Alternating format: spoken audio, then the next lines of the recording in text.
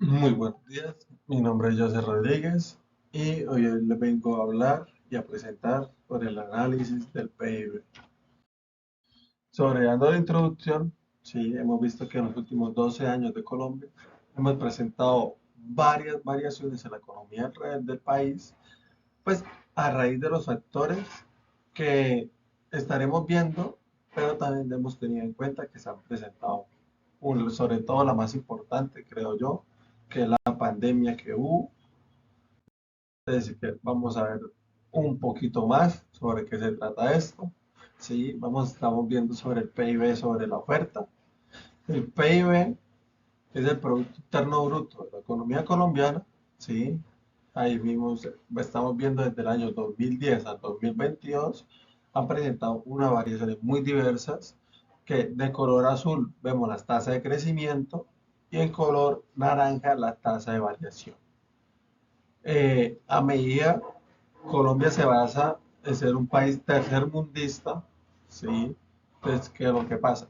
La tasa de crecimiento de Colombia ha sido muy poca, ¿sí? La tasa de variación del crecimiento de Colombia ha sido muy baja, no es muy poca, sino que muy baja en cuestión de crecimiento y el desarrollo. Ahí podemos ver las únicas partes negativas fueron los inicios, que fue terminando 2019, iniciando 2020, que son los únicos puntos que están en negativo, que fue cuando inició la pandemia. ¿Y qué es lo que pasa entre el 2020 al 2021?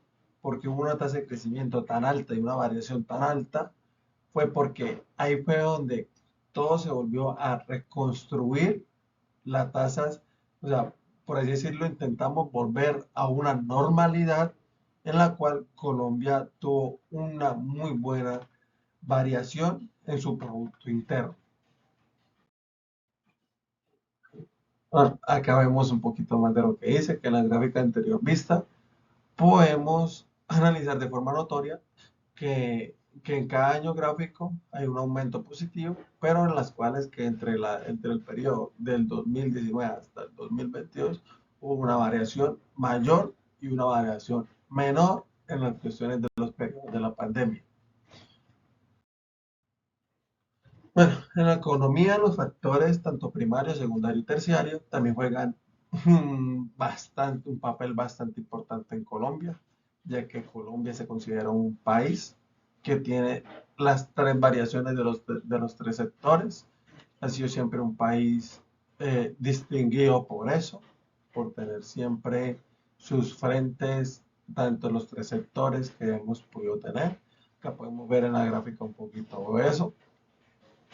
Tanto podemos ver de nuevo las variaciones negativas, que siempre el sector terciario siempre ha tenido un poquito más de relevancia, ¿sí? Pero en las cuales podemos ver que entre el 2020 al 2021 tuvo una variación negativa, porque es que absolutamente todo, tanto en este país como a nivel global, se vino todo para abajo. O sea, se vino todo decayendo, decayendo, decayendo, porque no hubo ni ninguna manera de cómo poder, por ejemplo, sostener tanta, tanto descrecimiento tan rápido. Aquí estamos viendo un poquito el análisis sobre el PIB, pero ahora sobre la demanda, ¿sí? Que también es un factor importante en la economía. Entonces, la demanda que vamos a analizar ha sido en los últimos 12 años. ¿Sí? Por el lado de la demanda, por lo mismo y tanto que ha sido, la variación ha sido lo mismo, ¿sí? En el 2020 la variación decayó, ¿sí? Y al momento de reincorporarse de nuevo las nuevas variaciones o el nuevo factor, por así decirlo, que se volvió a tomar como el nuevo factor para volver a reincorporar esa economía sobre la variación, podemos ver que sobre el 2021 tuvo un sobresalto muy alto, valga la redundancia, que fue como toda la reincorporación de la economía. Actualmente en el año 2022 volvió a sus niveles normales, por así decirlo, que venía trayendo el PIB por la variación de la demanda. Bueno, ¿cuál es esta gráfica? Se trata un poquito sobre la dinámica de la demanda, en las cuales que podemos ver de color azul oscuro, podemos ver el consumo, el color naranja la inversión, el gris gastos públicos, amarillo exportación y, y azul turquesa en importaciones, ¿sí? Colombia, independientemente, siempre ha sido un país que hace bastantes partes en las importaciones, ¿sí? Que no me gusta en lo personal, porque yo creo que Colombia tiene las suficientes capacidades de ser un país sostenible, ¿sí? Por lo que tiene los alcances de los tres factores, ¿sí? Que es nosotros mismos tenemos todas las producciones de cualquier sentido, pero bueno, eso es lo que pasa por ser un país tercermundista. Vemos, ¿sí? En el 2016 que hubo el problema, que Colombia pasó como, por así decirlo, por un desfalco. Entonces, ahí también los niveles se vieron muy bajos, ¿sí? Y sobre todo decayeron bastante las importaciones. ¿Por qué? Porque esa fue la temporada en la cual a Colombia le cerraron las puertas para poder en el tema de las importaciones. En el 2020 la vemos de nuevo negativa normalmente, ¿sí? Porque todo decayó, ¿sí? Tanto el consumo y todo, por lo que todas las vías por todos lados se cayeron. Y en el 2021 podemos ver que los picos son más altos que todos. ¿Por qué? Porque los gastos públicos subieron al momento que las exportaciones también subieron muchísimo, las importaciones también. Entonces, ¿qué es lo que pasa? El consumo y la inversión suben al momento de que todos los factores subieron al mismo tiempo. ¿Por qué? Porque hubo un problema, ¿sí? Bueno, yo lo consideraría un problema por las subidas tan exageradas que hubo en tan poco tiempo. Porque en cuestiones de un año podemos decir que desde el 2019 hasta el 2021, o desde antes, los podemos tomar desde 2017 hasta el 2021, venían con unas marcaciones de la dinámica de la demanda muy niveladas. Al momento en que llegó la pandemia, todo decayó y en el 2021, al momento en que abrieron las puertas, todo explotó. ¿Qué es lo que pasa? Al momento de explotar todo, ¿sí? De subir todo y de sacar todo al nuevo al mercado, ¿qué es lo que pasa? Hubo un problema en cuestiones de los hogares.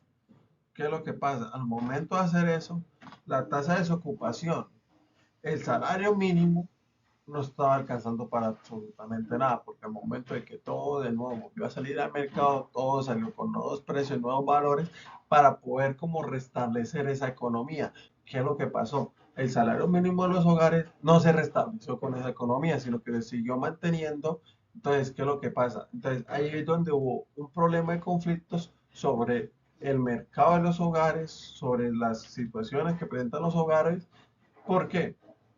Porque al subir los gastos públicos, subieron los gastos de tanta agua, luz, gas, que todos nos vimos afectados en ese sentido, unos mayores sectores que otros.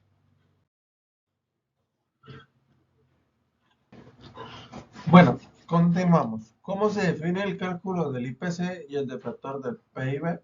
Bueno, primero, vamos a diferenciar un poquito el deflactor por el lado de la IPC.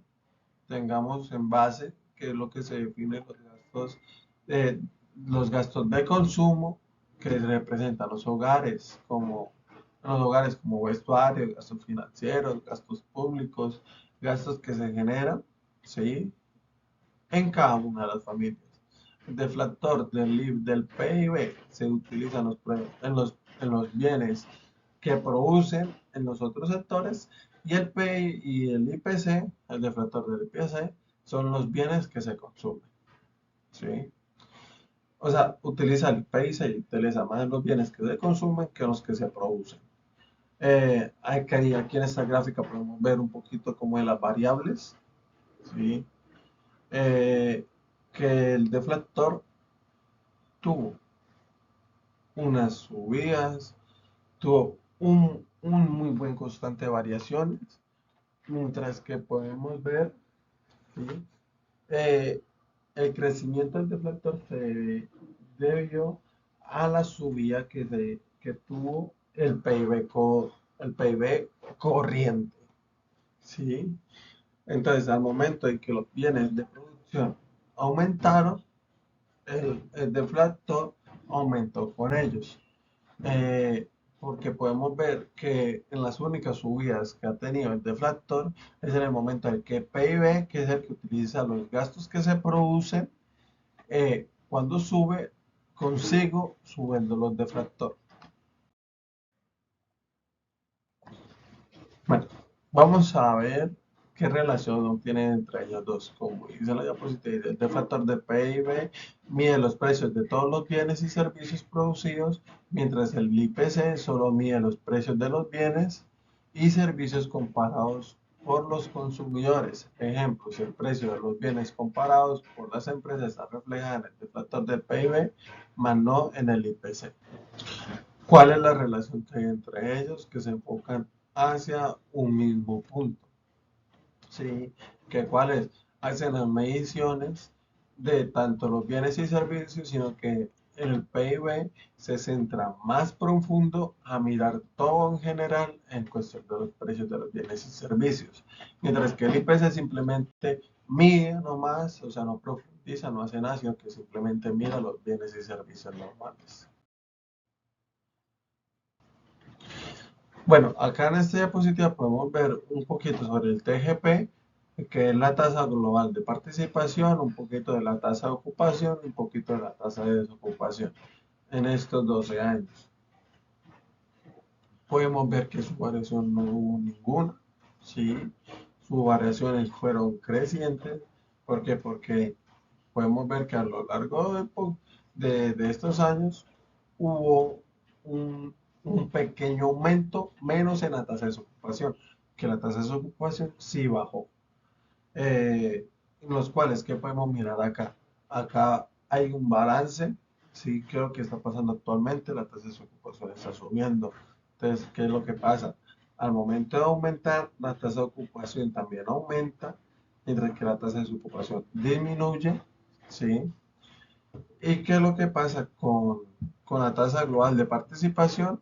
Al momento que pasa eso, interviene en un mayor aumento en el campo laboral. Esto nos ayudaría muchísimo a tener sobre las tasas de desocupación que viene siendo como en un gran porcentaje en este país. Eh, que muchos de los jóvenes actualmente no piensan en tener, como por así decirlo, un mercado laboral, que la tasa de desocupación, si podemos ver, en los últimos años la tasa de desocupación se ha enfocado mucho en los jóvenes, los cuales tienen un diferente pensamiento, ¿sí? Que entonces podemos ver que en este campo laboral, que es el mercado laboral, valga la redundancia, hemos tenido un muy buen equilibrio, ¿sí? En estas últimas épocas. Vamos a hablar un poquito sobre la ley de Ockham y el crecimiento económico y el desempleo. Vamos primero, si quiere, vamos a leer un poquito qué dice Ockham. Ockham se le señaló que para mantener los niveles de empleo, una economía necesita crecer cada año entre el 2,6 y el 3%.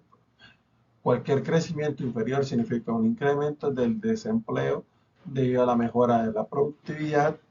¿Sí? La ley de Ockham señala además que una vez manteniendo el nivel de empleo gracias al crecimiento del 3% para conseguir disminuir el desempleo, es necesario crecer 2 puntos porcentuales por cada punto de desempleo que se requiera reducir. Ahí podemos ver un poquito de la gráfica de Ockham, que es del crecimiento del PIB sobre la tasa de desempleo. ¿Qué dice Ockham? Que si mantenemos un gran porcentaje, como es el 2, entre 2,6 y el 3%, aquí a lo largo de transcurrido de los años no habrá ninguna cantidad de desempleo, en los cuales, ¿qué es lo que pasa en estos casos?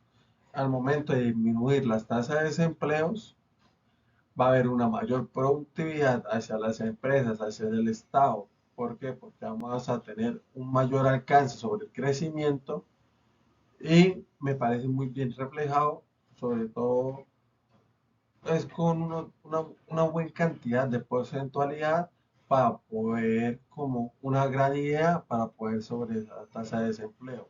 ¿Qué es lo que se puede hacer para conseguirse? Es que el Estado nos apoye apoyando, en vez de estar robando, aquí por así decirlo, a, a nosotros el pueblo, mejor esos millones y millones de pesos pueden hacer muchísimos más proyectos en los cuales nos ayuden a tener un mayor porcentaje de ocupación para que la gente que quiera tener un empleo lo pueda conseguir y así podemos bajar los niveles de desocupación un poco más. La curva de Phillips, desempleo e inflación. Si la tasa de inflación desciende a P, la tasa de paro aumenta a U. Vamos a leer un poquito para que entendamos un poco más el concepto. Establece que un aumento de desempleo reduce la inflación y viceversa. O sea, la tasa disminuye de desempleo o aumenta la inflación. La disminución del desempleo se asocia con una mayor inflación, es decir, la curva de Phillips pone de manifiesto que no se puede conseguir al mismo tiempo bajar la inflación y alta tasa de desempleo. Los estudios nos muestran tal relación entre inflación y desempleo y depende del ciclo económico. No obstante, se sigue utilizando la curva de Phillips hace a 3, 6 y 12 meses. Pues para mí, yo creo que pues Phillips tiene una muy buena punto de perspectiva, pero pues yo creería que sí se puede lograr, pero sería un proceso mucho más largo. Porque, ¿qué es lo que pasa? Colombia está en un muy mal puesto para poder combatir las dos al mismo tiempo. ¿Por qué? Porque Colombia no es un país que actualmente está generando mucho empleo, pero sí está generando mucha inflación, en las cuales hemos podido ver eso en la variación económica.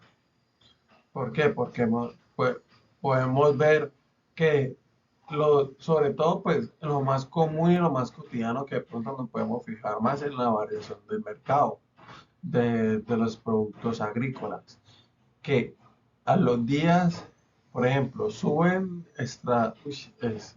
muchísimo y que a sus 2 semanas vuelven a estar en un precio normal, como nosotros lo conocíamos. Entonces, para Colombia sí actualmente es un proceso muy difícil de poder disminuir la tasa de inflación y aumentar la tasa de empleo. ¿Por qué? Porque no hay un apoyo, por así decirlo, económico y estructural del Estado para poder combatir las dos al mismo tiempo. Muchísimas gracias, espero que haya sido de tu gusto y nos veremos en la próxima. Muchas gracias por prestarme su atención.